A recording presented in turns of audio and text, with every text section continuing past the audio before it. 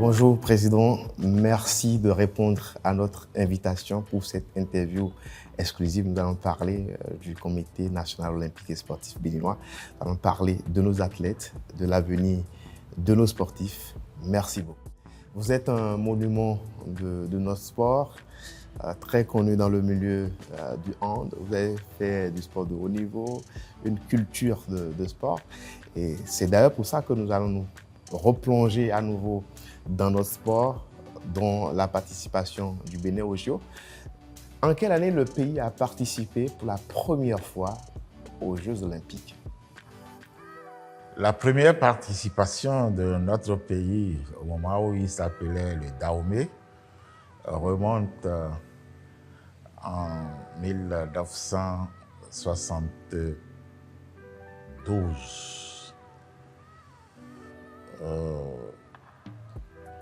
C'était la toute première fois, donc à un moment où même la structuration du CIO et de l'organisation même des Jeux olympiques n'était pas comme elle est aujourd'hui. Donc chaque pays y allait avec l'effectif voulu, dans quel sport il veut, avec quel encadrement, quel dirigeant il veut.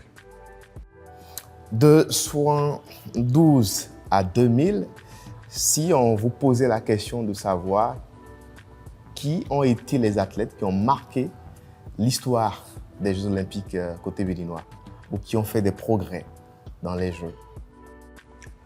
Oui, vous avez raison de poser cette question, mais vous savez très bien que en matière sportive, et particulièrement en Afrique, comme donc dans notre pays,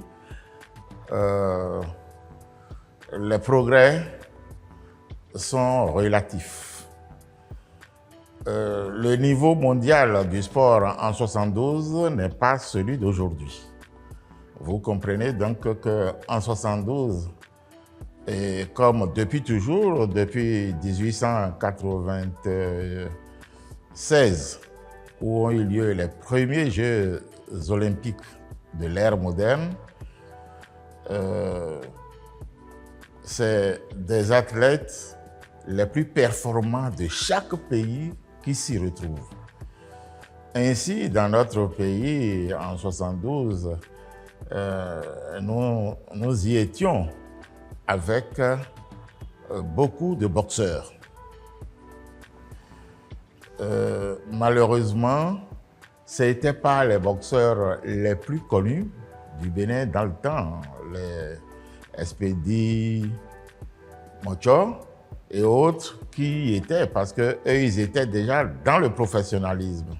Or, aux Jeux olympiques, en 1972, on continuait de parler d'amateurisme. Aujourd'hui, ce n'est plus le cas.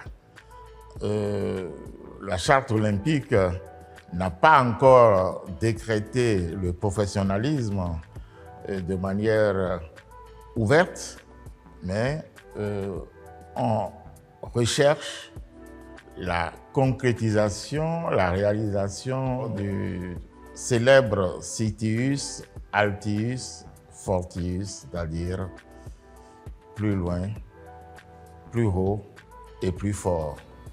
Avant de venir à Paris 2024, beaucoup de Béninois n'ont pas souvent les infos par rapport au Comité national olympique et sportif béninois, alors que le comité fait beaucoup de choses. Il y a eu énormément de progrès, il y a eu également des bourses. Les gens découvrent des athlètes, mais ne sont pas informés que le comité octroie des bourses à nos athlètes. Actuellement, qui sont ces athlètes qui ont des bourses? Le comité olympique du Bénin compte 6 athlètes béninois qui jouissent d'une bourse appelée Bourse olympique Paris 2024 depuis 3 ans. Des bourses qui sont octroyées aux meilleurs athlètes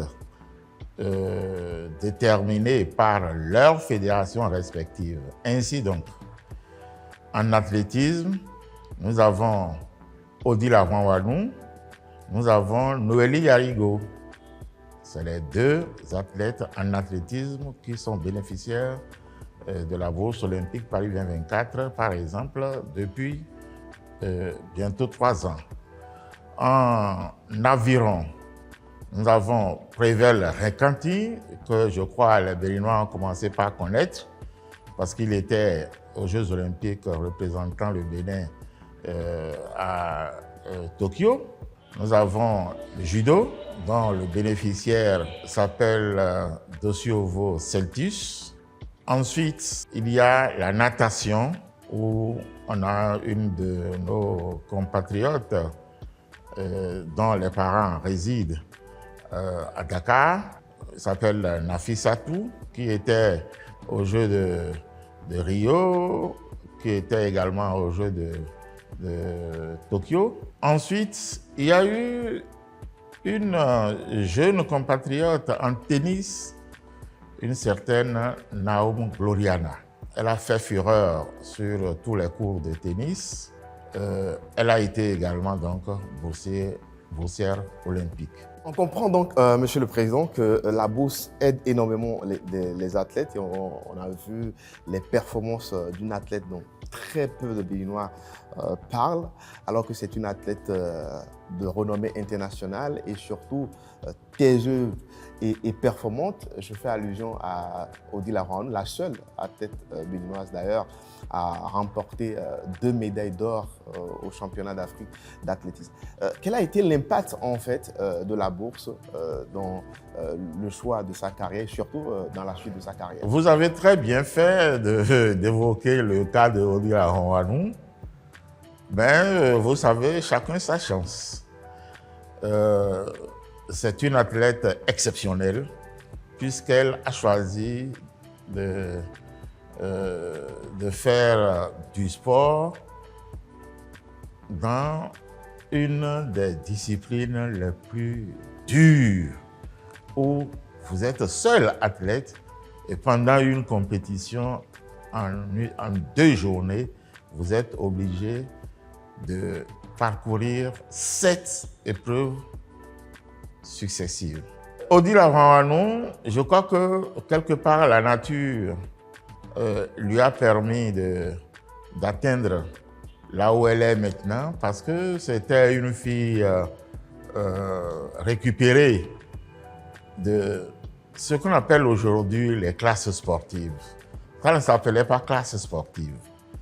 Mais il y avait des compétitions inter-écoles, inter-collèges et autres. C'était au cours de ces compétitions qu'un enseignant d'éducation physique à l'intérieur du pays, notamment à Abomey, l'a détecté et a cru en elle, a commencé par travailler avec elle. Sinon, au départ, elle faisait du football féminin, tout simplement.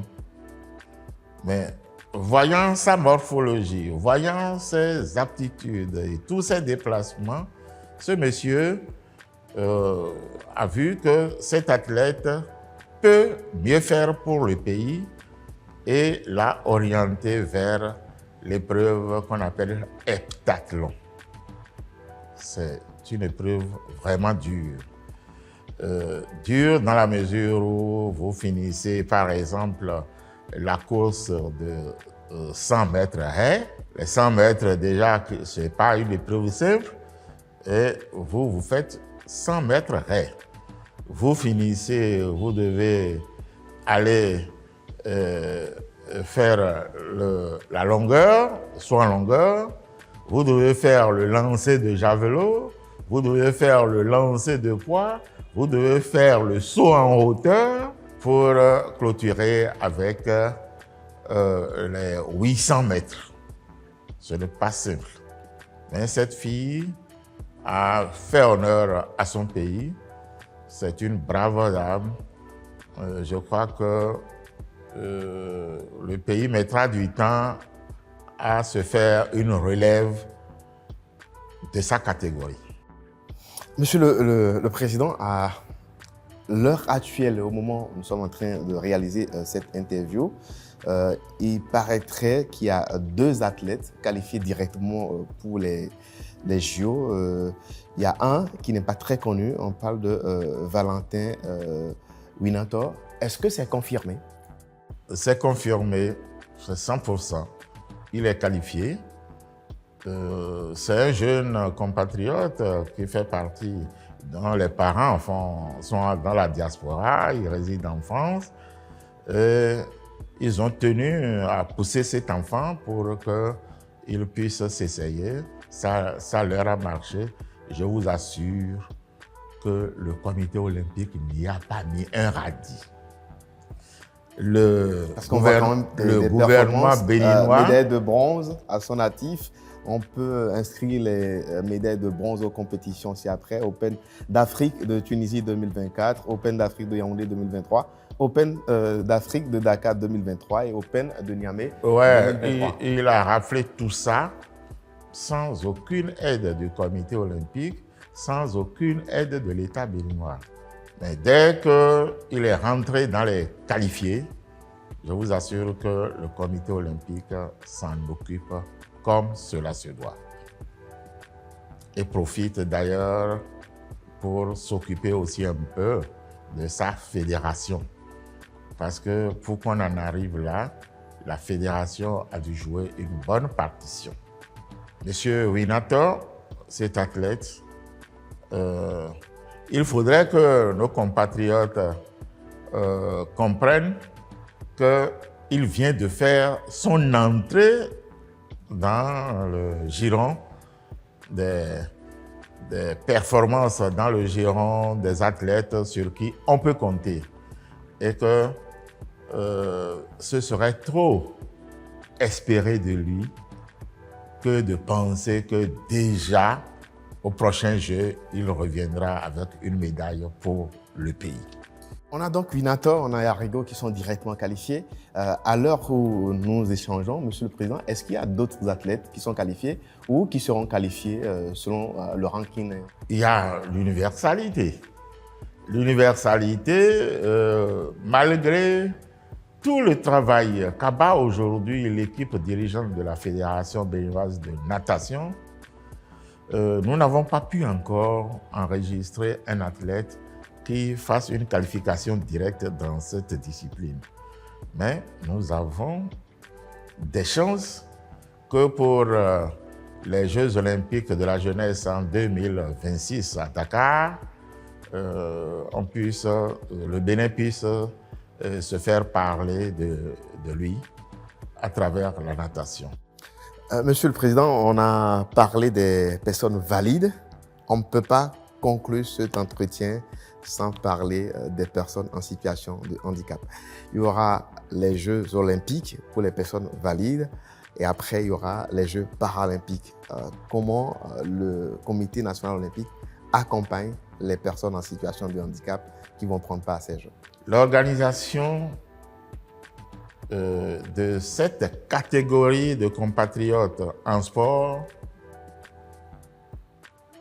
est vraiment solidairement et fortement soutenue par le Comité national olympique, malgré qu'il constitue une autre structure.